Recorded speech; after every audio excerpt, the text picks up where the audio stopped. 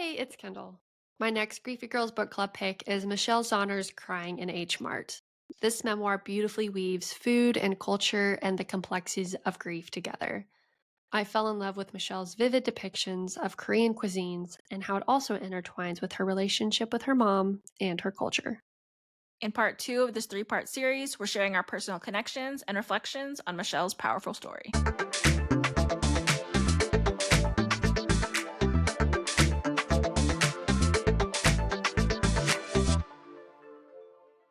Welcome to the Griefy Girls Book Club, where every month we dive into a griefy read. From memoirs to biographies to fantasy, romance, and beyond. If it touches on grief, it's fair game. We're your hosts. I'm Kendall Rogers. And I'm Rachel Dwyer. You might know us from our podcast, Two Girls with Grief. For us, reading is both healing and a powerful way to explore grief.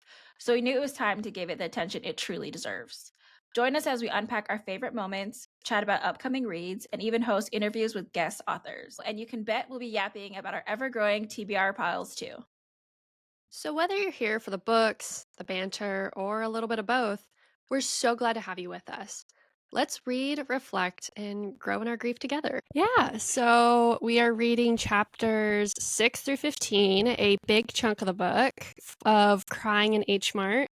And I picked this book because I thought it was such a great book to read in the midst of a lot of my grieving and felt very connected to the main character, and they dive into so many topics in her memoir. So I hope that you've been enjoying it so far, Rachel, considering it's your first time reading it.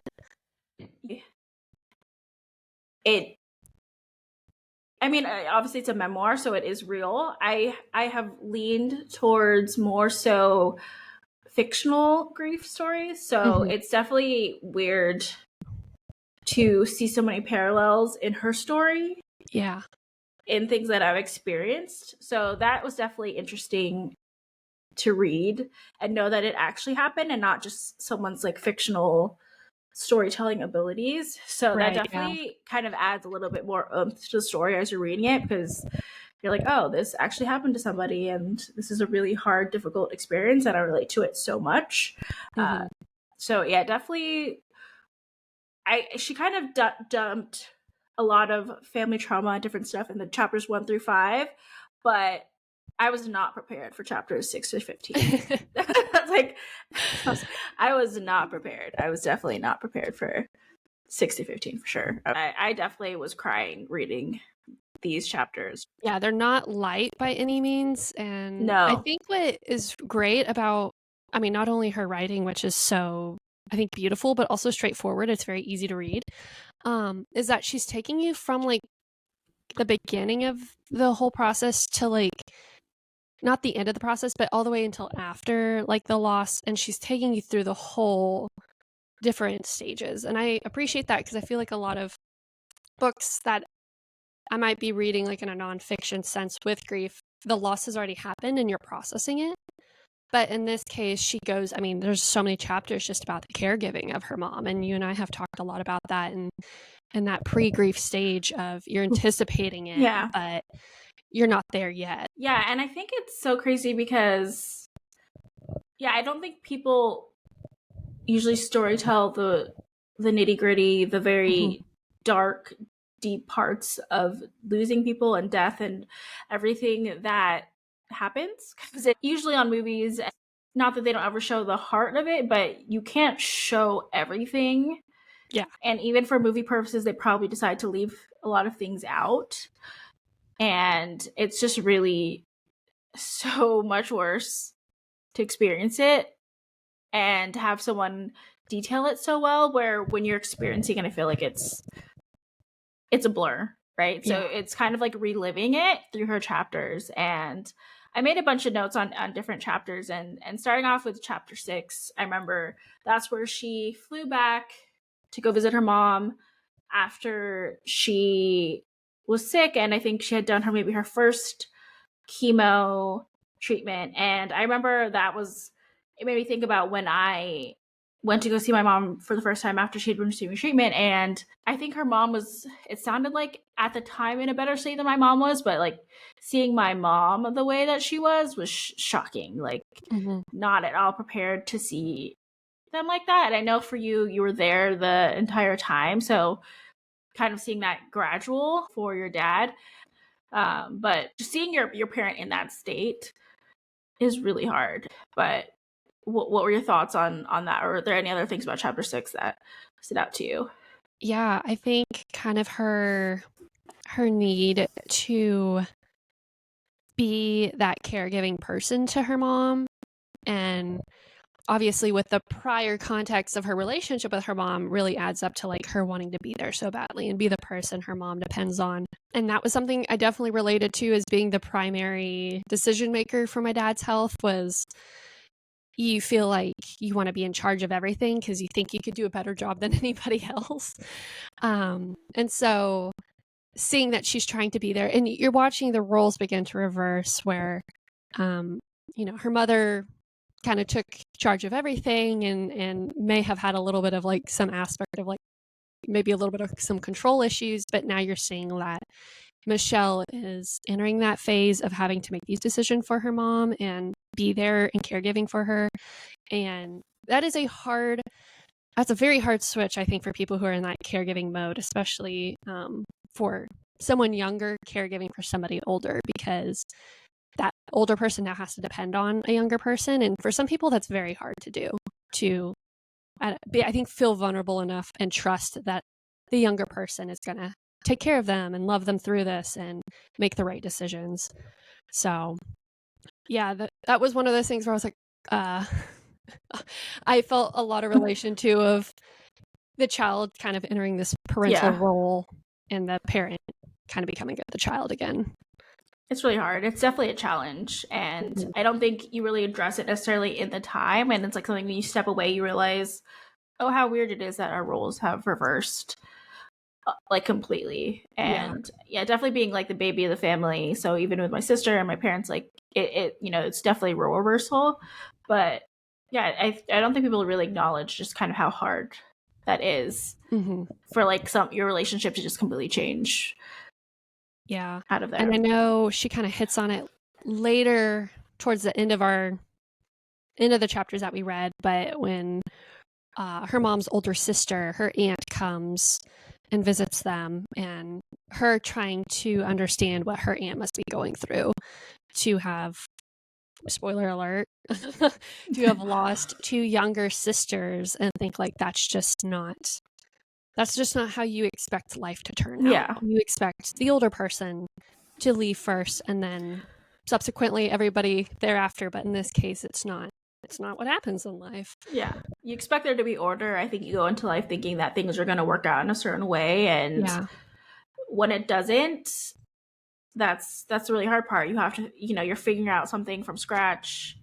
It's really hard. And yeah, I think that's one of the things where we've talked about before, just like on regular podcasts, like episodes of just, you have to let go of how you thought life was going to be, because life can just throw you huge curveballs, and you have to go with it. You have to just kind of figure out what works in your life, because you can't control the things that happen sometimes, and that's really hard. But yeah, and I think in chapter 7, that's when we begin to see the physical manifestation of cancer, of chemotherapy, and I think it's, you see somebody sick and you're like, your mind is like, oh well, they're gonna get through it because you've seen people sick before and you've seen people get better. But in the previous chapter, she's sick because she thinks she has a stomach digestion illness, but to find out it's not that at all. It's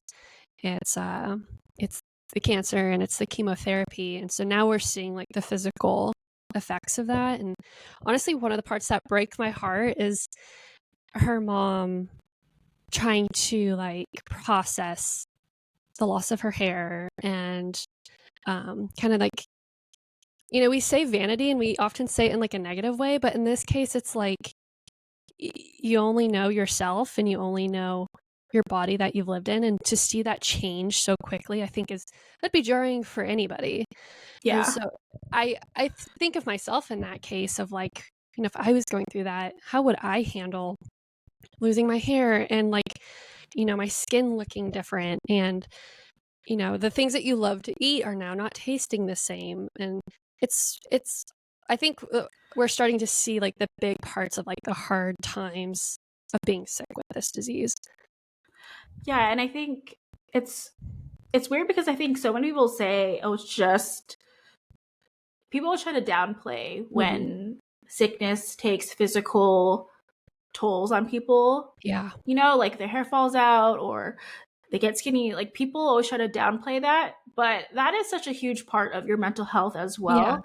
And I think people need to stop doing that. And I think it's trying to, I think, you know, you're trying to tell someone, you're not validating someone's feelings that looks completely different than what they Right. used to. And that is a hard part. That's something you have to accept that's part of the process. You don't look the same. You don't feel the same. Because even when there's times that I've like, you know, through different grief periods where like I wasn't taking care of myself, I look in the mirror and I'm like, this isn't even who I feel like. You know, like I don't feel like myself. I feel like a different version of myself. And I do think that like, you know, getting ready at least somewhat, you know, for the day and stuff makes you feel better. That's a very basic level. So imagine looking in the mirror and you've lost all your hair. You look gauntly, like your skin, like chemo can change your skin color. You know, there's so many different things that sickness does to your body. My sister had dealt with edema, like she didn't like. There's just so many things that like they just look different. Her medication made her puffy. Like there's so many different things like that people always try to say, look, at least you're alive or this whatever. No, that's a hard part. It is. Of it. That's a really hard part for it, you know, because even when you're healthy or, you know, not with sickness and you're letting yourself go in different ways, that's also part of your mental health that slips away, that you feel bad about. And you can't eat your favorite foods, like your stomach doesn't allow you to. I definitely experienced with my mom where she wasn't eating and it was so hard to figure out what to feed her and all the things she wanted to try. And that's hard because you just want to help.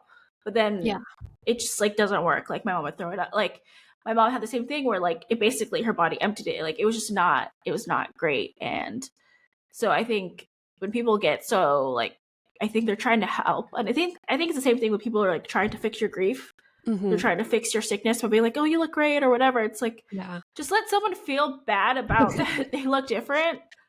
Because like, yes, you're strong, blah, blah, blah. It's like you have to be, right? It's like by default, you just have to be if you want to survive. And it's when like just let someone be sad that they don't look the same or that you know that they don't feel great about how they're looking right now. And you know, reading about her mom crying in the mirror and seeing her, it's my mom was like so stoic about it, and I think she was hiding those feelings from me. And it made me think about that. And but I know my mom also liked looking nice, so it's like I'm sure that she felt that, you know. And I wish she had been able to verbalize it in that way. So it's like just let people. It's a hard thing. It's hard on everybody. Like just let people feel those emotions because that's such a hard thing to do. And there's another scene in there where she drives her mom to the hospital where she's like out of it, and it happened to my sister. And like I just remember that I was like, it brought up another memory of just like Mr. being out of it and going to the hospital. And it's crazy because it's like you don't think about like how scary it is. I mean, her mom said like her mom was kind of like out of it, like she had to restrain her mom. That's not what happened, but to my sister. But it's crazy, just like so many similar kind of things happen where you're like rushing to the hospital. And it's hard. But yeah, these chapters made me cry a ton. So it like brings up stuff.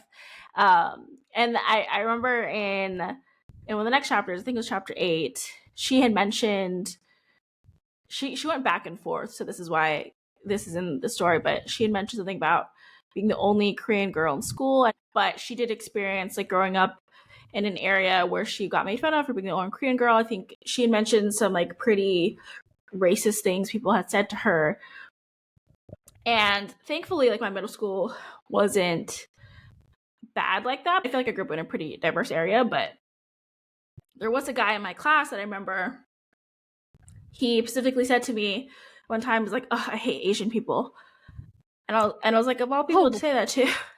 And we were like in 6th grade, maybe so, and I maybe even younger. And I was just like, I'm Asian. And he's like, oh, not you. I don't hate you. And I was just like, Okay.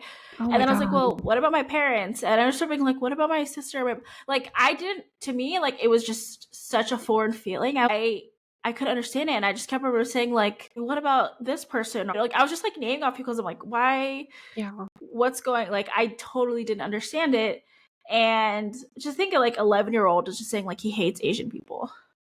That happened like when I was 10, 11. Like, I still remember it because it was one of the first times I Yeah. was like, that's weird. Like, what does that mean? And he, Why would granted, he you didn't say that? think I was Asian for whatever reason. But and it wasn't actually, like, to him, I wasn't included in that. But it still is one of those things where it's like, why why did you even think that? Like, who taught you that at 11 years Right. old? And you're combining the whole Asian population into that. Yeah. So it was something where I'm like, oh, I related to that in that one sense. Luckily, it wasn't at all as bad as things she mentioned in that book, in her book. But yeah, I remember that specifically. So it is crazy. He probably doesn't remember it. Like, I'm sure Yeah. he doesn't remember saying that to me. But anytime I see him on like LinkedIn or anything, like, that's the only thing I think of because we're not like good friends. I mean, I have a Right. few other stories, but like, that's the main thing that I remember of him. Like, years later, is like, he said that to me. Yeah. I mean, that goes to show how long lasting people's words can be, you know, Yeah. like an 11-year-old says something very hateful and off the cuff and doesn't think about their impact, but you know, here you are in your 30s and this Yeah. is something like still Yeah. something that comes up for you. Yeah, it's something just like, it's a memory I have of him. And like, if someone says like, what's the first experience or like racism you experience, like, that's probably the first thing I think of. So Mhm. I think that's probably why I remember it. It's not something I'm not like I'm still dealing with it or something, Right. but it is something where if like someone asks me, that'll probably be the first thing memory I say. And Yeah. it'll be funny because I'm sure he will have no idea that he said that. And I hope he's Well, not like that as an adult. me too. I hope he's changed and grown and Yeah. better. I definitely think people can change and grow for sure. I think people need to chill on that because I Mhm. think you can change so much even in a year. I think you really can change. I think people can, there's always room for growth. And if people stop attacking people, like, Right. it makes you not want to change. If someone's like saying that you're horrible, this and that, and it's like, people make mistakes. No one is ever as good as they seem. So before you get on your high horse, take a look at what you can change about yourself before you attack somebody, Yeah. especially that you don't know about what they did. And I hope he's better. Let's just say like he's a better person now because he was Yeah. 11. Well, You and know? I think that's like another, you know, it's not the main topic of the book, obviously, but it's a part of her experience. And I do Yeah. appreciate that Michelle includes that narrative in her story because even just that one girl in the book saying, well, if you're not Chinese and you're not Japanese, then what are you? And that question sticks with her, obviously, because she's like, well, what do you mean? What am I? Like, Yeah. but you could tell she's already reckoning with that feeling, as she has mentioned kind of before, of being half American, being Korean American, and like having her mom be Korean and her dad being white, and trying to figure out where she fits in all of this. And that is a confusing place to be. And especially so in times of like extreme emotional, I think, moments like this, what she's going through with her mom. And then on top of that, the caregiver lady, Kay, comes and I helps remember, yeah. take care of her mom. And to see that, was she Korean too? That they were both Yeah, she was speaking. great. Yeah. Yeah, and that like Michelle doesn't even feel close with her mom anymore because she's like, I'll never be Korean enough to love my mom the way she needs to be loved. And like, that's like it was such a heartbreaking, I think, thing that she's dealing with on top of all the stuff that she's already dealing with. Is like she's trying to make her mom all her favorite Korean dishes and she's trying to be like the perfect daughter to her mom in this time, and to feel like even she doesn't ever feel enough in any of these spaces. And I think it just adds more complexity to the story. It's just very heartbreaking to know that like that's her experience and these are her feelings, um, while she's just trying to just trying to survive and get by. Yeah. I appreciate that about her story, is how real it is. And Mhm. I think even when people think about you just going through grief, they don't think about all the random crap that gets piled on Right. that you still have to deal with. You're still having to deal with life, and Mhm. other shit can unfortunately still happen as a really shitty thing is happening. And I appreciate just kind of how honest she was about the different situations that kept arising and the different feelings she was having, because yeah, I think it's such a complex thing, and Yeah. if you have an experience you don't realize just how bad it can get, even when it's already bad and you think, Yeah. oh, nothing else bad can possibly happen. No, things can happen. And I appreciate that she was super open and honest about that and included that in her memoir. Yeah. And another thing I think that she hits on is something, especially in this pre-grief time, especially when you're caregiving, is trying to get back to normal. And so in the next chapter, she talks about, like feeling guilty for having to leave because she's, I don't know, is rock star like appropriate to say here? Like she's a musician and Yeah, I mean, I heard one of her songs before, and I've actually used it on our TikTok for some of the posts, but it's a song that I've heard before that I didn't realize is her, and I actually like the song. Um, but I'm very bad at knowing people's name, like knowing band names, knowing who sings what. So I actually do like her song, like one of her songs that I've heard.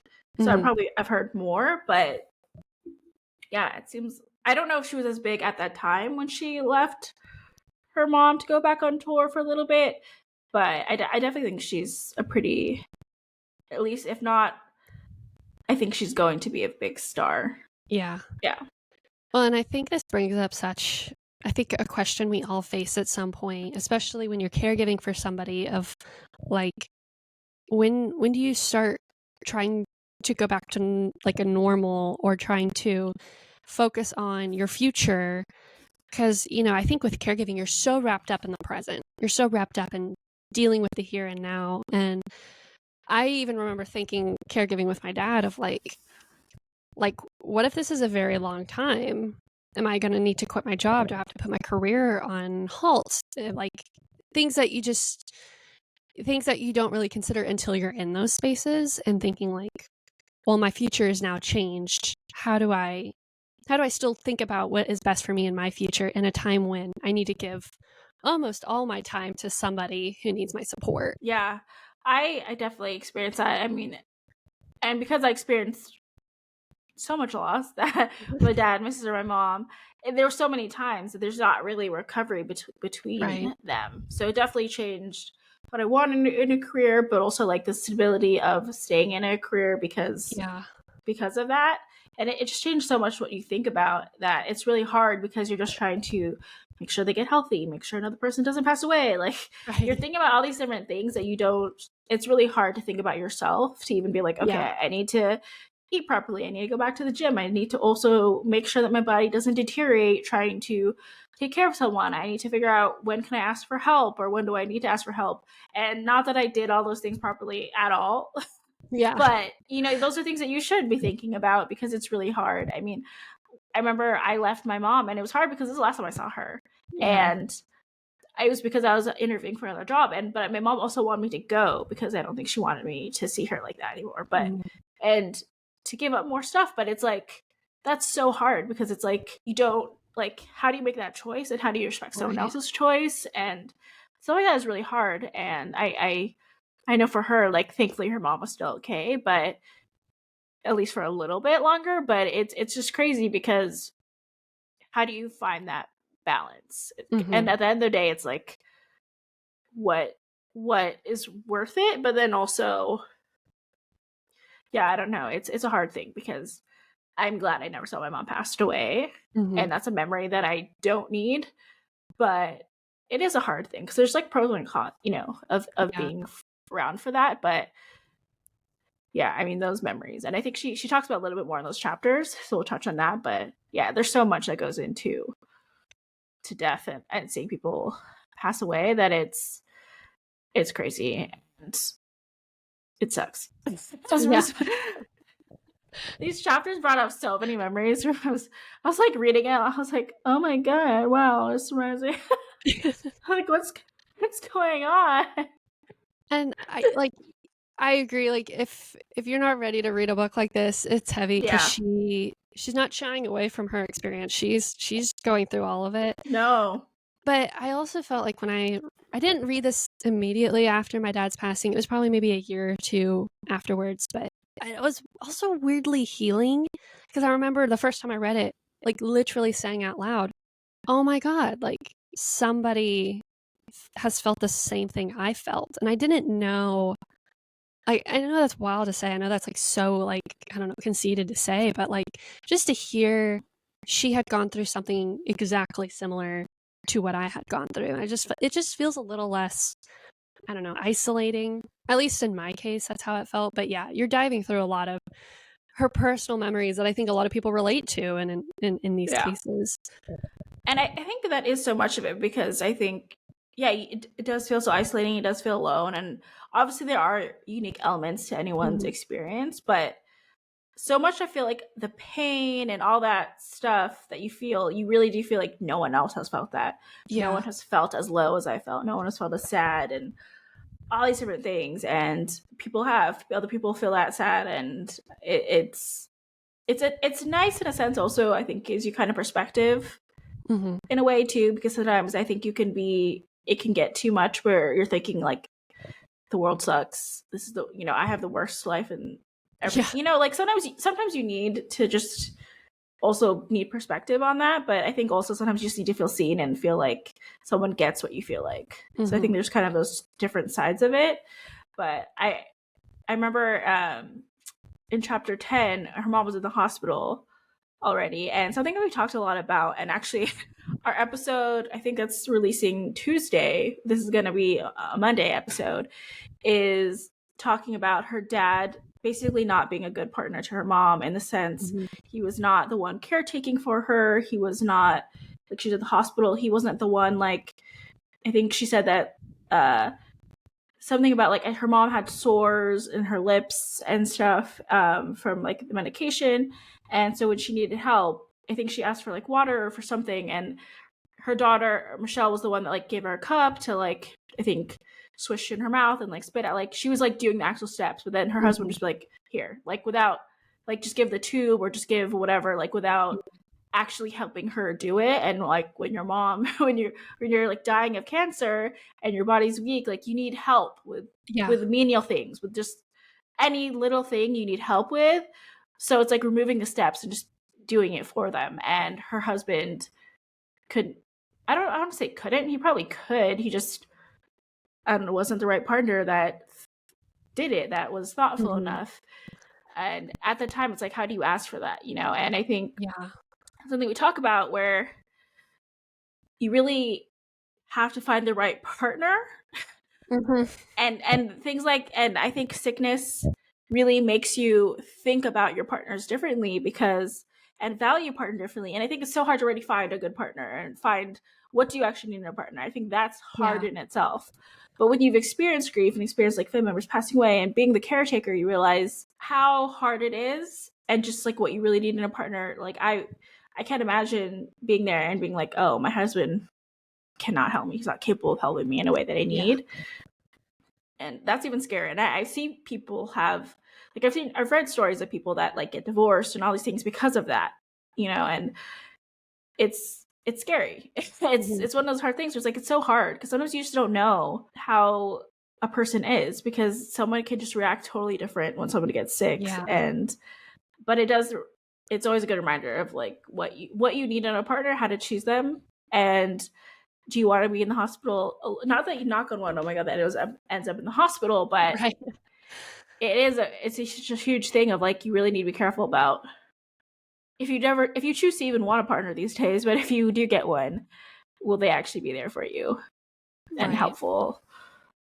Yeah, I think like when you're reading this book, you keep hoping that the dad is going to step up Yeah, and kind of just like do something minimum. And I think even for Michelle, it's like, how can I be doing all this and I'm the kid and yet yeah, you're her husband? And like her mom even says that in the hospital, like, you shouldn't be the one sitting here with me. It should be my husband. And yet he just doesn't know how to take care of somebody. And I also like that they don't shy away from like when, I think, I don't know if she says it in this chapter or later on, but she says, it wasn't supposed to be this parent. It was supposed to be the parent that was addicted to drugs and, Yeah. Drinks and drives and just is not very careful with his health or his life. But it's the one that, you know, her mom, who was like very conscious about her health, very conscious about her life. And to see, they even talk about how they had plans, like what happens when your dad dies, like what are we going to do, to find out that's not what happened. It was her mom. And them trying to like figure that out. And clearly her dad thought the same thing, I think. Yeah, he said that out loud. And it is crazy because my mom was definitely that. She was so healthy. She didn't like using the microwave. She was always health conscious, like green juice every day, like so many things. She was so health conscious, and she still got cancer and she still passed away. And it's one of those things where, yes, I think it's important to take care of your body. I do think it's important to work out and all those things. But I don't think you can let it rule your life because everyone's like, oh, this and that. It's you could do everything right and get cancer. And there's people that live off soda and they live till 90. It's like, you don't know. You just really don't know. Smoking a pack a day to the last day. And it feels like an unfair gamble because it's like you could do everything right and it still doesn't matter. So my philosophy is take care of yourself, but also like when you want cake or you want that brownie, go eat that freaking brownie because you don't know who's going to be selected in this weird game. So just live your life. Enjoy your life. Well, I think it's this chapter when they go on that trip back to Korea and they're doing that medical emergency visit, like transportation back because her health has taken a decline.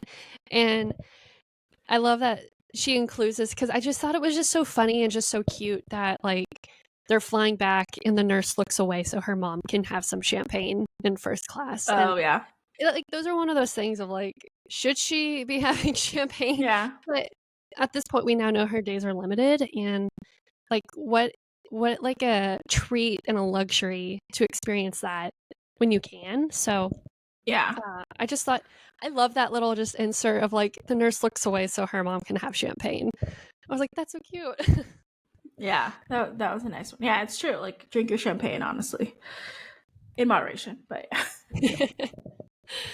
yeah, and then I mean, I don't know if this is as much as like a surprise or a plot twist to other people, but Michelle's like, my mom's not going to see me get married, so might as well get married now. And I love that in 3 weeks they plan a wedding, and it brings her mom like this joy to be a part of the planning, and you can tell like that's when her mom was really going to like strive helping her with all that, and that she had already like picked out Michelle's ring at Costco and she's like, you need to wear this one, you need that one. I just thought that was like so cute. Like it was something so nice and I think relieving to know that she is about to pass, and they decided to have like this celebratory event. And I thought it was funny. She was like, well, we can get a divorce after it's done. And her boyfriend's like, no, like this is and I think for both of us, we've talked about just how weddings are going to be different, and that's also something that another, I feel like, a crying moment, because I think weddings now, just I don't know what a future wedding would look like without the main people. So I mean, obviously, besides like the husband, he's also the part. But whenever we're sick, there was like not even there was never anyone that I would be like, oh, let's get married to even think that. But and obviously in tomorrow's episode or Tuesday's episode, you'll understand why. But it's something where it's like, oh, I'm glad that she got to do that. And it's something that if you have lost people before your wedding, you realize, how you don't look forward to that and how that's a really hard thing. So it's nice to see. And even I think her vows, in her vow section, it was something I think she talked about as well that we've talked about before, is she mentioned about sickness and health and love is an action. And we've talked about so much of what is really in sickness and health, and people just, it's always in your vows. It's very stereotypical what you put in your vows, but do you mean it? Do you know what that means? Do you show up for the people that you love? Will you be there in sickness when if their hair falls out, if they're frail, if you have to wipe their butt or something, like literally things like that. Will you be there for that? And if you're not that type of person, because frankly not everybody is, then maybe you don't even need to be a partner to somebody. Mm-hmm. Like maybe you should be single. Maybe you shouldn't try to partner with someone where that's a one-way street, and that happens so often. And I like how real she was about that, and something that people need to consider more, because you say you love someone, but do you really? Yeah. How deeply do you love them, and how deeply do you care about them? I think that's so important, because nothing will test that as much as if they're sick and their health is declined, and everything you have to sacrifice so much. But you have to care more about the love than what you sacrifice. Right, yeah. Because it's like, yes, you still have to think of yourself, and yes, you have to give up so much, and that's really hard, and you have to put a lot, your life trajectory changes completely. But when you love someone and you want them to be okay, even if they don't end up being okay, it's like you still did everything you could, and you were there for them, because you want someone to be there for you in that case too. Yeah. So I think that's really the important part. And those are actions. Like she said, love is an action. It's you being there. It's you taking those steps. And it's not just being at the hospital, doing the bare minimum. That is not what it is. And like what she said, her dad was doing for her mom was like the bare minimum, and just depending on everyone else to do the hard stuff. And that's not sickness and health. That's just, I feel like, surface level love. Yeah. And I think this is it a Buddhist proverb? I can't remember, but it's along the lines of like, whenever you do love something or someone, that's going to inherently bring pain regardless. Like with love comes pain, because even if you're married to the most perfect person and they don't cause you any stress your whole life, you're going to have to deal with the grief of them dying anyways. And that's always going to inherently, unfortunately, just be intertwined. And so I think like along with this idea when she's getting married and she's thinking about her parents' marriage, that when you love someone, you're going to be willing to take on that pain too, because you can't have one without the other. I just finished A Little Life, like the world's most saddest book, and so much sadder than this. Yeah, it's definitely more traumatic. This is definitely about death and grief, but the other one is about trauma. But Kendall, where's your mind right now? Listen, okay. Where is your mind space right now? And you look at the reviews and people are like, don't read this, so traumatic, so horrible. But I never saw in any reviews of like how beautiful the happy moments are too. And like you truly cannot have happy moments without sad moments existing. Now, obviously not to the extreme of this book, but like, in A Little Life, that's kind of what I took away, was like a life can be filled with so much trauma and pain, but life can also be filled with so much happiness and love, and those coexist. You can't have one without the other. Yeah. I definitely think that's something that, especially, I mean, people have so many different traumas and things that they deal with, but I definitely think with grief, that's something that is so relatable, because there's so much sadness and there's so much of my life that's so hard, and but I always have to remind myself, like, this is still my life, and I'm lucky to be living my life, and I need to be the one making sure that I create magical moments, that I still feel joy, that I still that I don't close myself up, that I'm always open to new people, to new experiences. And it can be simple as just like, I've been playing volleyball on the weekends a lot, and I've been organizing it, and it's been great because it's not only for me to make more friends and meet more people and spend time outside, but other people are making friends, other people are connecting, and I think that's great because it's become this place where people can just connect. And even if it's not only just my connections, it's other people's, it's a thing that people expect is going to happen a few times a month, and people look forward to. Yeah.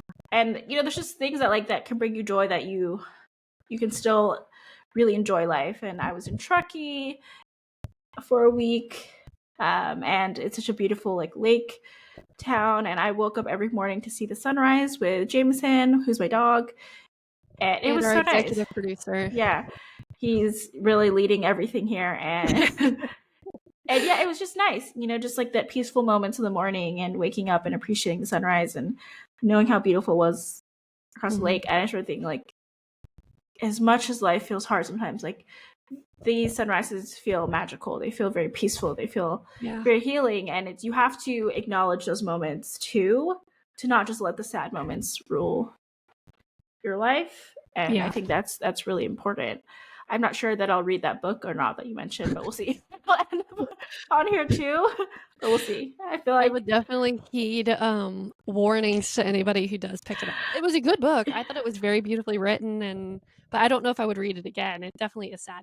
But I will say, in this book, I'm crying during the sad moments. I'm crying when there's obviously like really heavy moments happening.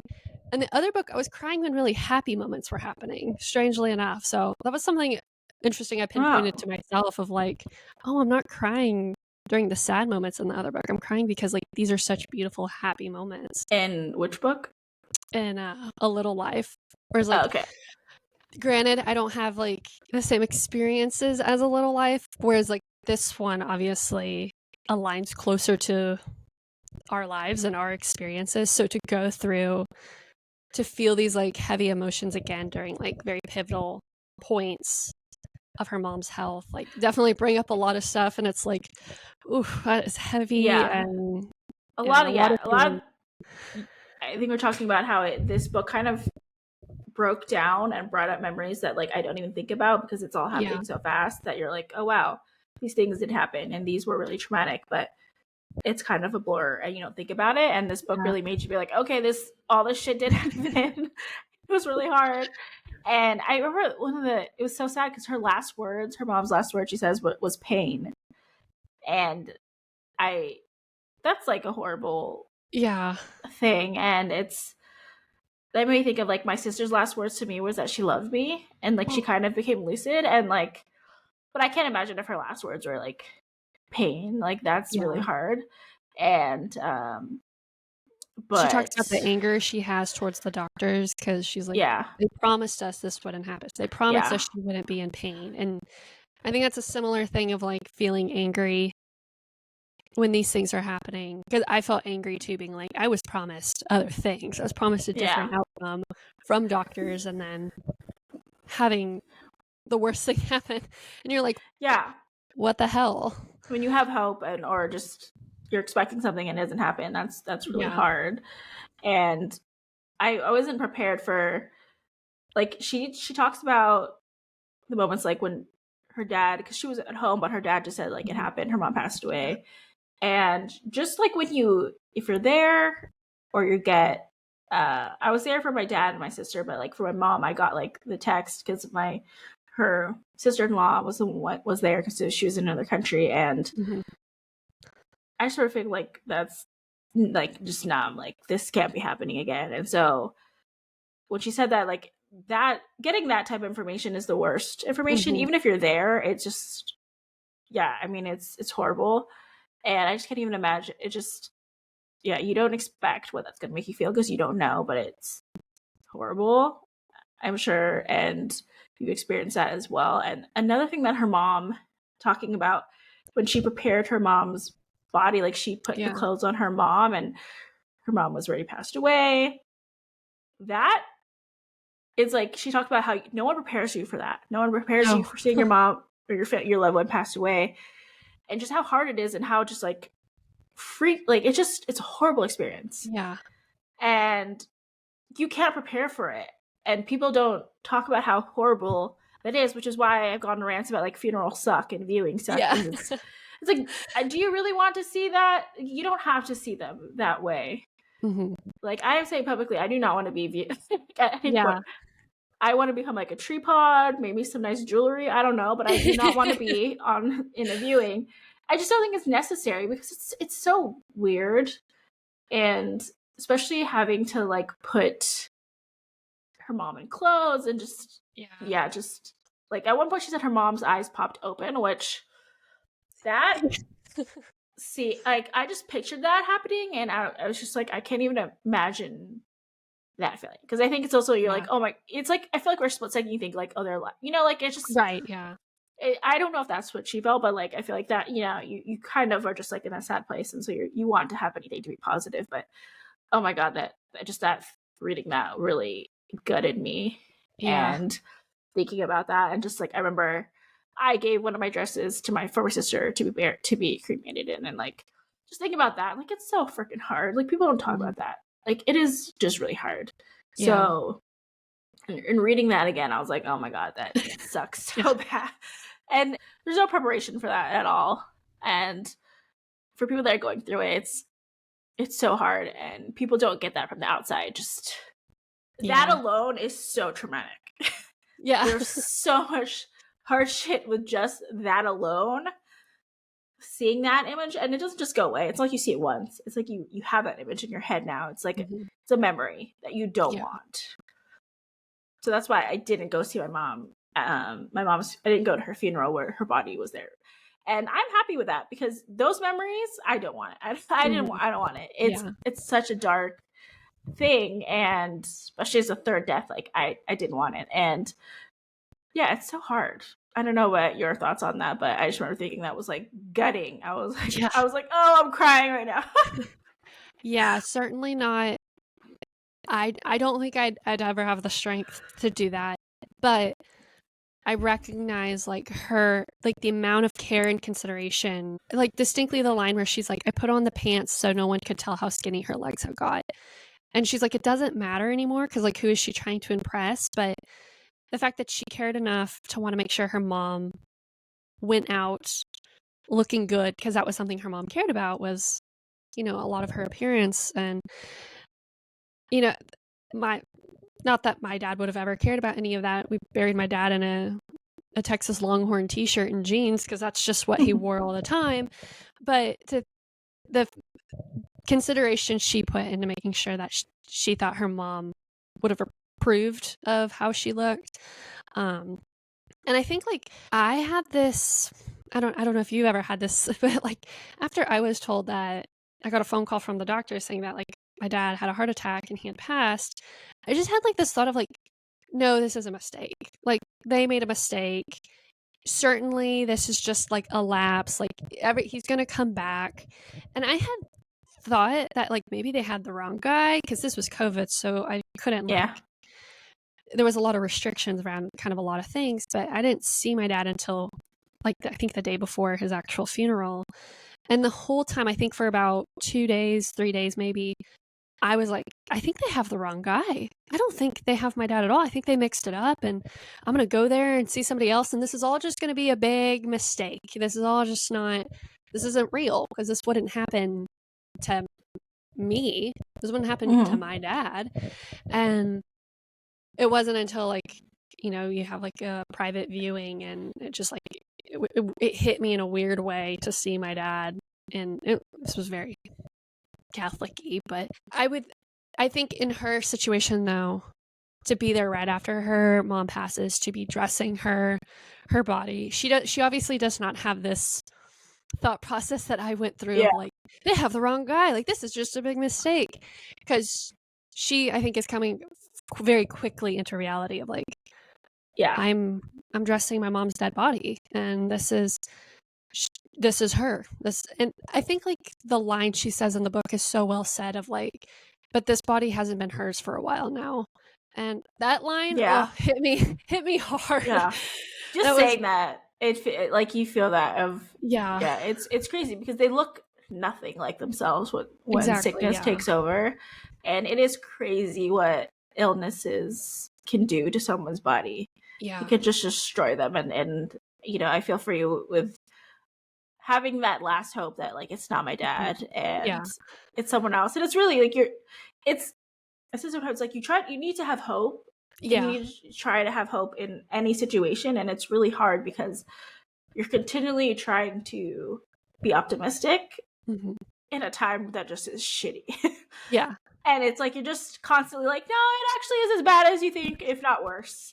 And so I think that's what's hard about it. And I can't even imagine like she dressed her mom. I can't even. Yeah, I can't do I that. wouldn't have that strength in me Props to to do her. that. Props to her. I cannot do that.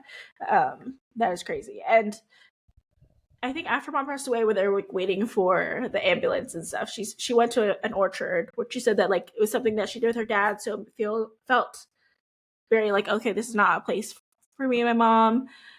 And so she went there, and it was like the world was still going on. You know, it was a happy time. It was an apple orchard. It was Yeah. fall, and she was saying it doesn't feel like a day that someone has died.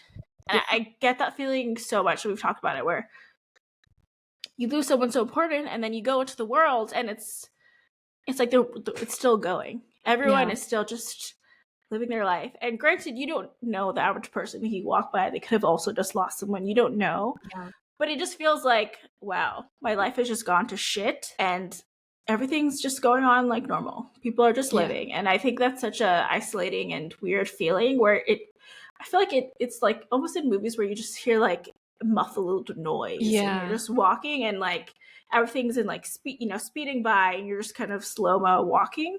I feel like that is a really great representation of what it feels like to kind of re-enter the world after you've lost someone, where it's like Yeah. you feel so disconnected. You feel it's weird, and you're like, do people just know what I went through? Like, Yeah. do you know? Can you read on my face that I'm like, the sad person right now? And she talks about that in, when she went to the orchard, and it's something so relatable. I don't know how I know we spoke about it before, but kind of what are your thoughts on that? Yeah, I think I'm glad she included that. I think like one that's such a private and intimate memory that she includes in the book, and I'm glad she includes it because I have thought about the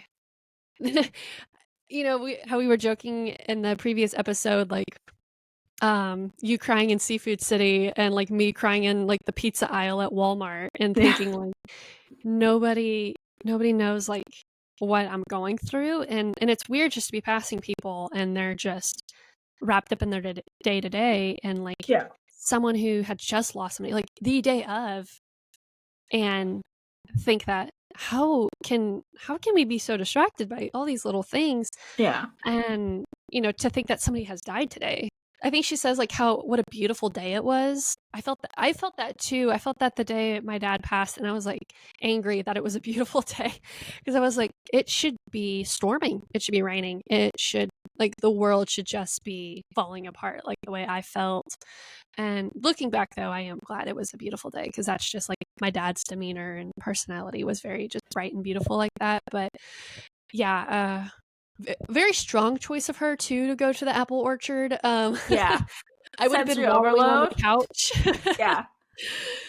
So good for her for like trying to actually like Yeah. get out and have some sort of like normalcy in all of this, because it is not a normal day in your life when you lose somebody. It is a very weird feeling, and it's a very weird day, and but Horrible.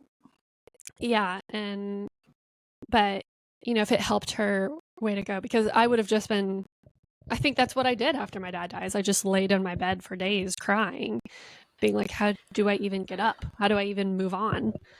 Yeah. I don't remember exactly what the weather was. I feel like for my sister and my mom, like, no, I remember it was a nice day when my dad passed away because I was in the Philippines and it was really hot, but that created other issues.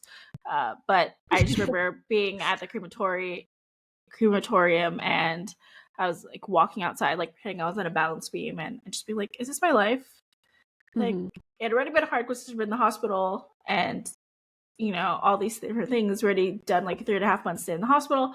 But I was like, is this really my life? Like, all these hard things are happening. And that's just the start, because then, he's the only one that had passed away at the time. So my mom and my sister still hadn't passed away. But everything, like, this is really my life. Like, I'm in the dead dads club. Yeah. I've actually lost someone. Like, this is actually happening. This is crazy. And wow, that was like just the start of everything. But I remember thinking like, this feels weird. Like, I'm walking in a world where my dad has passed away and everything has changed. And that was not everything that changed, but it is a weird feeling. And we were not in, yeah, I mean, there was things going on, but it wasn't like a happy space of like an apple orchard. And I wonder what she feels about apple orchards now.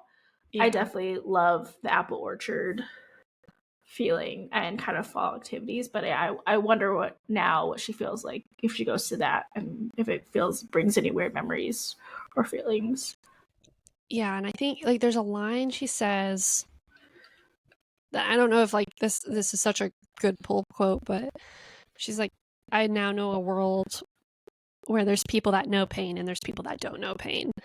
And I think a lot of people feel that when they go through loss of like, I'm now in this weird group Grief of club. people. Yeah, in this grief club that you have is very exclusive, and you actually have to like go through a lot to enter this grief club. And then you look around and there's people that never have experienced that. And in ways you're like, I wish you could understand this pain so you could know what is happening. But in other ways, it's like, I also want to shield people from ever having to know what that pain feels like. Yeah. It's one of the things, like, you want them to relate, but at the same time, like, I don't want you to relate at all. Like, I don't want you to understand what it feels like, especially not like this much death to deal with. Yeah. And is it this chapter or is it the next chapter where she talks about the art class teacher and the teapot? I don't know if it was this chapter, but she does mention it within these chapters that I remember reading that in the section. Yeah, and just like I thought it was just such a beautiful little thing of like learning something about her mom after she thought she knew everything about her mom, to find out there was all these little things that she's still learning about her after she's gone. There's a lot of feelings obviously in the post lost period where she and her dad are trying to reckon with all of this, and kind of all these people in her mom's life that feel like they failed because they didn't care enough or didn't try as hard to help her overcome, to beat the cancer that she had.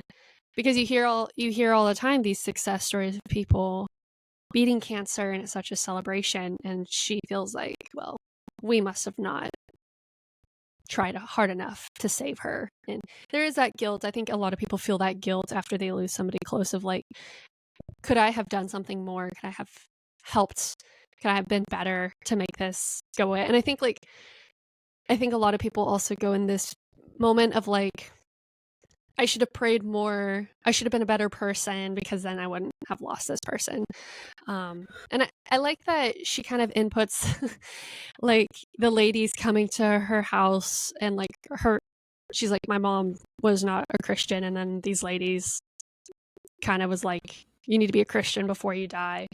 And that, she's like, even though Michelle herself is like not Christian, that they still had like a very beautiful ceremony on behalf of her mom, because she's like, her mom would have cared more about the social graces of the whole thing rather than like the actual spiritual side of things. She was like, there's something about my mom that thought she was like, I don't know how she said it, but like she could stand up to God or something like that, just to show how strong her mom was. And I just thought that was so funny.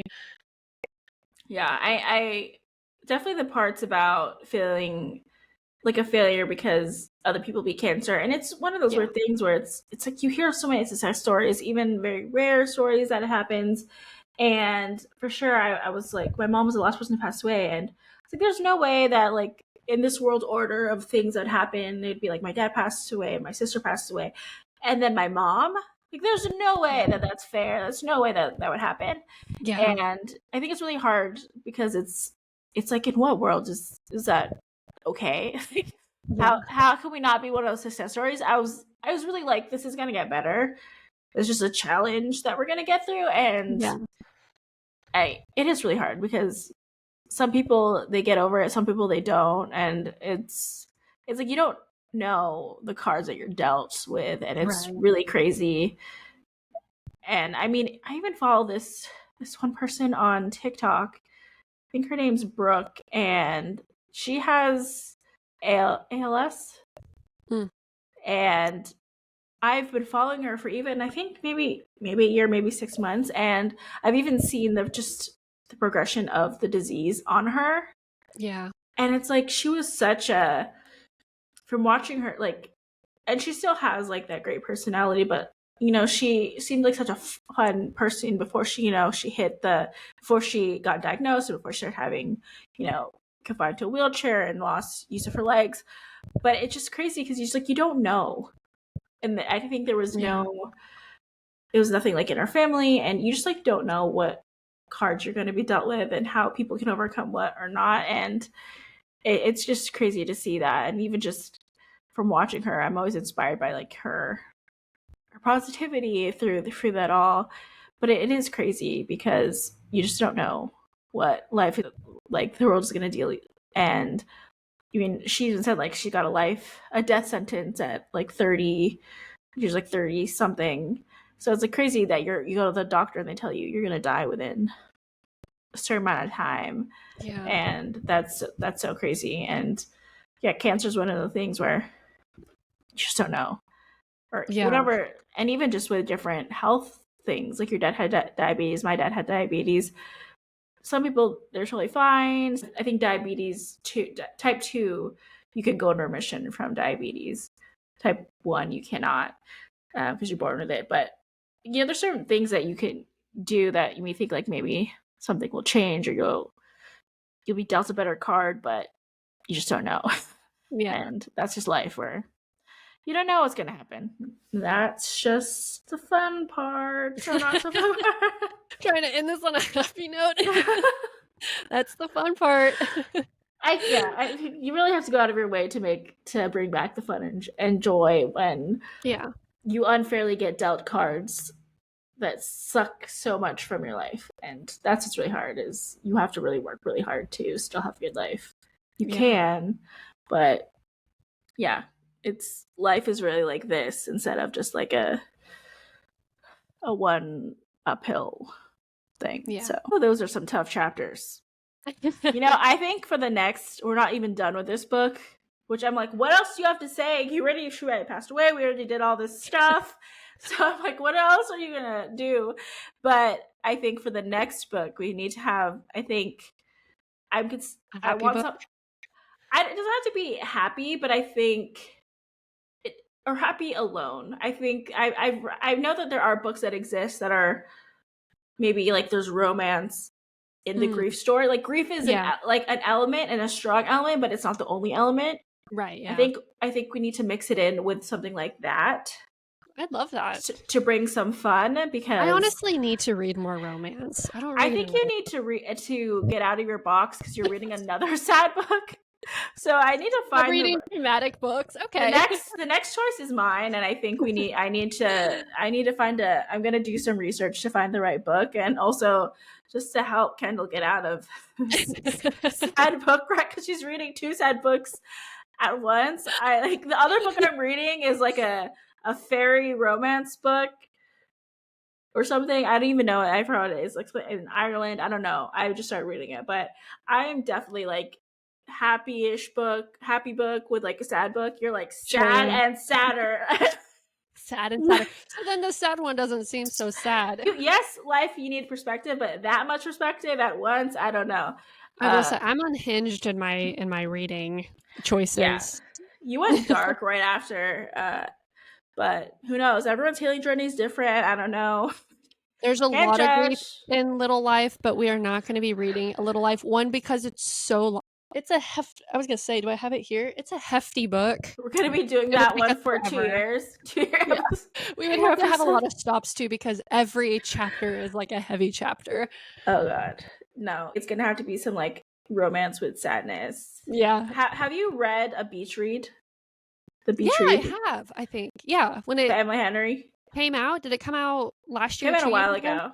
Okay. I do like Emily Henry. I do like her a lot.